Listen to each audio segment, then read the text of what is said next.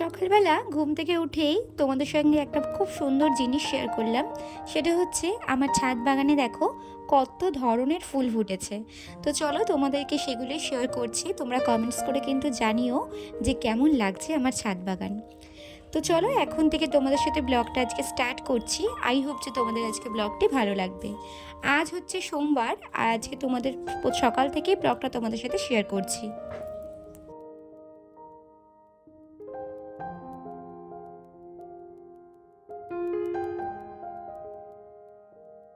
আজকে যেহেতু অনেক সকালবেলা উঠেছি, তো সেরকম করে তোমাদের সাথে আর কোনো রেগুলার কাজ আর শেয়ার করলাম না।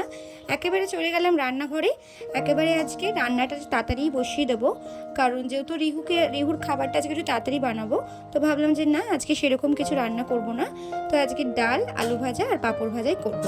তো ফার্স্টে দেখো এখানে ডাল সিদ্ধটা বসিয়ে দিয়ে আমি চলে গেলাম ব্রেকফাস্ট করতে। রুটি আর তরকারি খেয়ে নিলাম, আর এদিকে খেতে খেতে আমাদিকে কিন্তু ডালও সিদ্ধ হয়ে গেছে। তো এবার জাস্ট ফোড়ন দেবো। সামনেই যেহেতু সরস্বতী পুজো, অনেক কিন্তু প্ল্যানও আছে। আর এই বছর রিহুর প্রথম সরস্বতী পুজো, বিশেষ করে রিহুর জন্য তো আরও বেশি করে প্ল্যান। ওর জন্য একটা সুন্দর দেখে পাঞ্জাবি কেনারও ইচ্ছে আছে হলুদ কালারের। যখন বৃন্দাবনে গেছিলাম না, তখন অনেক হলুদ কালারের পাঞ্জাবি দেখেছিলাম। তো তোমাদের দাদাভাই বললো যে এখান থেকে কিনো না একেবারে, এখানে সব মানে বৃন্দাবনে কী বলতো, সব ঠাকুরেরই আর কি ছবি দেওয়া বিভিন্ন রকমের আর কি পাঞ্জাবি ছিল। তো ওর জন্য মানে ওটা যে কোনো পারপাস পরাতে পারতাম না। তো ওই জন্য তোমাদের দাদাভাই বললো যে না, একেবারে আমাদের ওখান থেকে কিনতে। তো তোমাদের দাদাভাই যেহেতু আজকে যাবে ঘুরতে, মানে মঙ্গলবারে যাবে ঘুরতে, তো ও আজকে যেহেতু বললো আমি আসার পরে তারপরে একেবারে পাঞ্জাবিটা কিনতে যাব। তো এদিকে দেখো আমার আলু ভাজাটাও বসিয়ে দিয়েছি। আর অনেকদিন ধরে এইভাবে আলু ভাজা খেতে খুব ভালো লাগছে, যে তোমাদের দাদাভাই আসলেই আলুটা ভাজবো। বেশ গরম গরম মচমচ করে আলু ভাজা, তার সাথে ডাল আর পাঁপড় ভাজা। রোজ একই খেয়ে খাবার না রোজ রোজ ভালো লাগে না, মাছ মাংস ডিম এগুলো ভালো লাগে না, মাঝে মাঝে একটু নিরামিষও ভালো লাগে। তো তোমাদের দাদাভাই বললো যে একটুখানি আলু ভাজা ডাল করতে, কালকে যেহেতু বেরিয়ে যাবে ঘুরতে, তো সেখানে তো ভালো মন্দ খাওয়া দাওয়া হবেই। তো সেক্ষেত্রে ওর জন্য আমাকে বলে দিল আজকে ডাল আলু ভাজা করতে। তো করলাম। আর যেহেতু রবিবারে কালকে প্রচুর ঘর টর ঝেড়েছিলি, সব এই ঘরের জিনিস এখানে মানে মাল অদল বদল করেছিলাম ঘরের মধ্যে, তো আর সেরকম করে ভিডিও বানাতে পারিনি। তারপরে রিহুকে দিকে দেখতে হচ্ছিল, তো আর হয়ে ওঠেনি। তো সেক্ষেত্রে রবিবারে ব্লগ আমি দিতে পারিনি। তো এদিকে দেখো আলু ভাজাটা বেশ প্রায় আমার হয়ে এসছে, এবার আমি তুলে নেব। নিয়ে আমি পাঁপড়টা ভেজে নিয়ে তোমাদের দাদাভাই এক্ষুনি চলে আসবে। তারপরে লাঞ্চ করে তারপরে যাব রিহুকে ঘুম পাড়াতে। তো চলো তোমরা ভিডিওটা কন্টিনিউ দেখতে থাকো। তো রান্নাবান্না শেষ, গ্যাস ট্যাস পুছে নিয়ে যাব আমি স্নানে।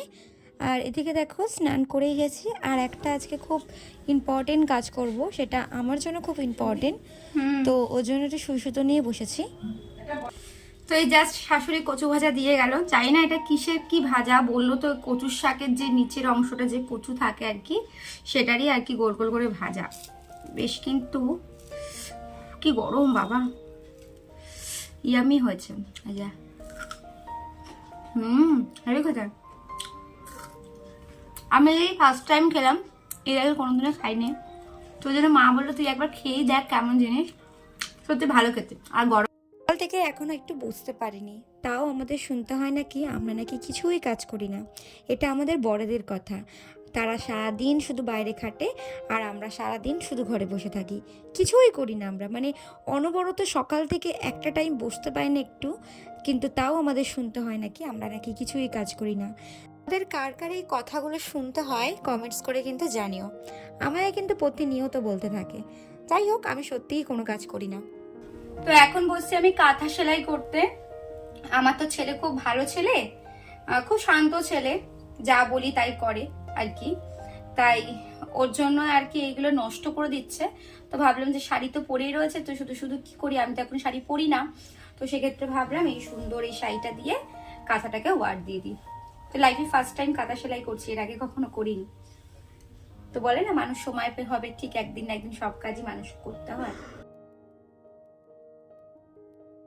তো এদিকে বিকেল 5টা বাজলেই আমার খুব খিদে পেয়েছে, আর ঘরে একটু চিকেন ছিল। তো ভাবলাম একটু গরম গরম কফি করি আর তার সাথে একটু চিকেন পকোড়া করে খেয়ে নিই। আর এদিকে আমার ছেলে দেখো বাটির মধ্যে কী সব খেলনা বাটি নিয়ে কি করছে ভগবানই জানে, নেয় আর ছুঁড়ে ছুঁড়ে ফেলে দেয়, আমি শুধু চুকুড়ি করে তুলি। না রিহুকে কিছু বললেই না শুধু জিভ ভেঙায় আমাকে, মানে যেই বলো না কেন শুধু জিভ ভেঙায়। তো তারপর তোমাদের দাদা ভাই এসছে, তো ভাবলাম একটু বেরাবো, অনেক কিছু টুকটাক কেনার আছে, কিছু রিহুর খাবার, প্লাস ভাবলাম যে কালকে তো যাচ্ছে ওরও কিছু টুকটাক জিনিস কেনার আছে। তো এখানে দেখলাম ভালো টিকিয়া মানে টিকি বিক্রি হচ্ছিল, টিকিয়া বলে আর কি, যাই হোক আলুর টিকিয়া। তো ভাবলাম একটু খাই, অনেক দিন ধরে সেই দিল্লিতে খেয়েছিলাম একবার, তো ওই জন্য একটু আলুর টিকিয়া নিয়ে নিচ্ছি। আর তোমাদের দাদাভাই টিকিটা খুব ভালোবাসে।